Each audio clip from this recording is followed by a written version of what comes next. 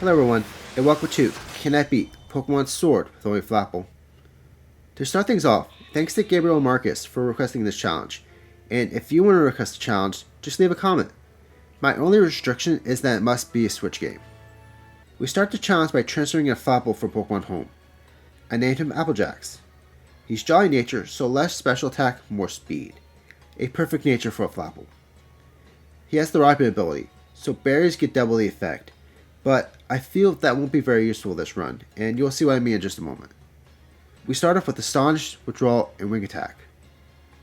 Now, let's explain the rules. I can only use Flapple. No items in battle, only held items and items outside of combat are allowed. And if you like this video, don't forget to like and subscribe. We reached Hop at only level 8. Yes, 8, because Applejacks had learned Acrobatics, which allowed him to sweep through Hop's team. Acrobatics doubles in power when the user is not holding an item, which is why I said Ripen would not be useful this run. After beating Hop, we then got our Dynamax bands, and we were off to the wallet area to do some training. After training, we attended the opening ceremony, but then we had another battle with Hop. Acrobatics was still making good work of his team. Following Hop was a battle with Bede and Galarmine, who also went down thanks to Acrobatics. The first gym is next, but you can probably guess how it went. Eldegoss did take 3 hits though. Following the gym is our next Hop battle, and this was where the difficulty started to rise. Wooloo and Corvusquire were still easy, but Reboot became a war of attrition. Its growls had made Acrobatics a 3-hit KO, so Hop managed to use his Super Potion. Flame Charge plus Double Kick put Applejacks in red health, but the combo of Acid Spray to lower special defense and Dragon Breath won us the battle. Next up was the Water Gym. For this battle, I had taught Applejacks Seed Bomb.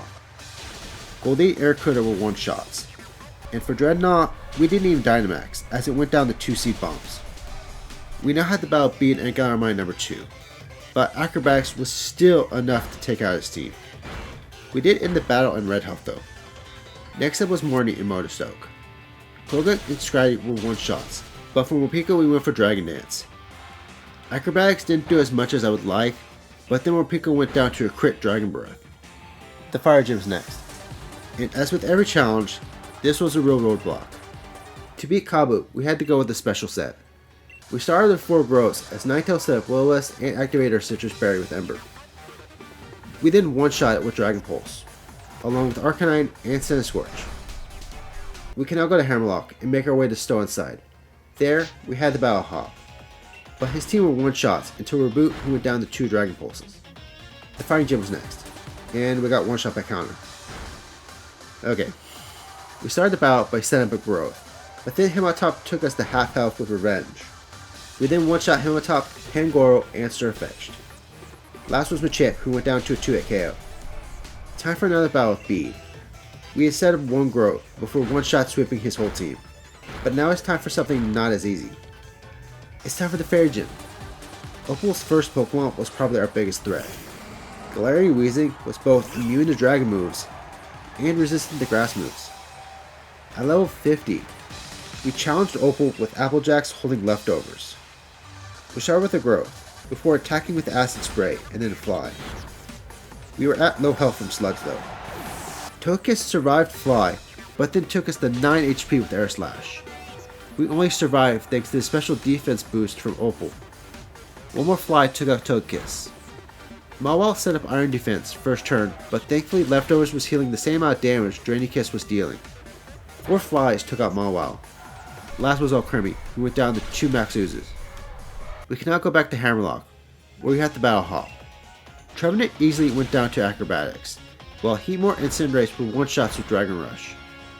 Against Snorlax, we missed Dragon Rush, and it paralyzed us with Body Slam, but we set up 2 growths. But then Snorlax survived Acrobatics. 3 Acrobatics took out Snorlax since Hop had used a potion.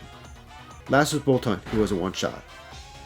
The City Search Tester was next, where we first picked up the Wide Lens for a 15% accuracy boost before challenging the gym. Barbarica was an easy one-shot. For Shuckle, we went for Dragon Rush, which got a crit, leaving Shuckle at a sliver of health. It went down next turn. Snojourner was a 2-shot, and last was Colossal, who went down to 3 Max Wormwoods. Following the gym was another battle with Hop. For this battle, we had to learn Iron Defense. We started the battle by setting up 2 iron defenses as double growled at us twice. We then started setting up growth. We were holding leftovers to nullify the hail, by the way. We were at +6 special attack, before attacking double, who was already at half health from hail and recoil damage. Dragon Pulse finished off double. The reason we were at +6 was because of Corviknight, who was thankfully a one-shot, as was the rest of Hawk's team. At the end of round 9, we have a battle with Marnie, but her team were all one-shots, except Toxicroak, who boosted our attack with Swagger, which led to our easy win. The 7th gym was next. Scrafty was a little annoying as it hit us with Sand Attack as we set up Grove. It then survived a one-shot on the Sliver, but it still easily went down. Malamar was a one-shot, and for Obstagoon, we went for our weaker Dragon Pulse to defend ourselves against Obstruct. It was a 2-hit KO. Last was Skunk Tank, who was a one-shot. Next was the final gym. We started by one-shotting Flygon, as Gigalith took out Magikarp. Sandaconda was a one-shot, while Duraludon took 2 max form wins. Last was Gigalith, who easily went down the max overgrowth. We can now go to Winden, where we have to face Marnie in the semifinals. Her team was all one-shots until Grimmsnarl, who took Applejack's to almost half health before going down to 2 max overgrowths. Next up was Hop. We set up 2 growths against Double before taking it out with Dragon Pulse. Corviknight was a 2-hit KO, but only used Scary Face. We set up 1 more growth against McCurchin before taking it out.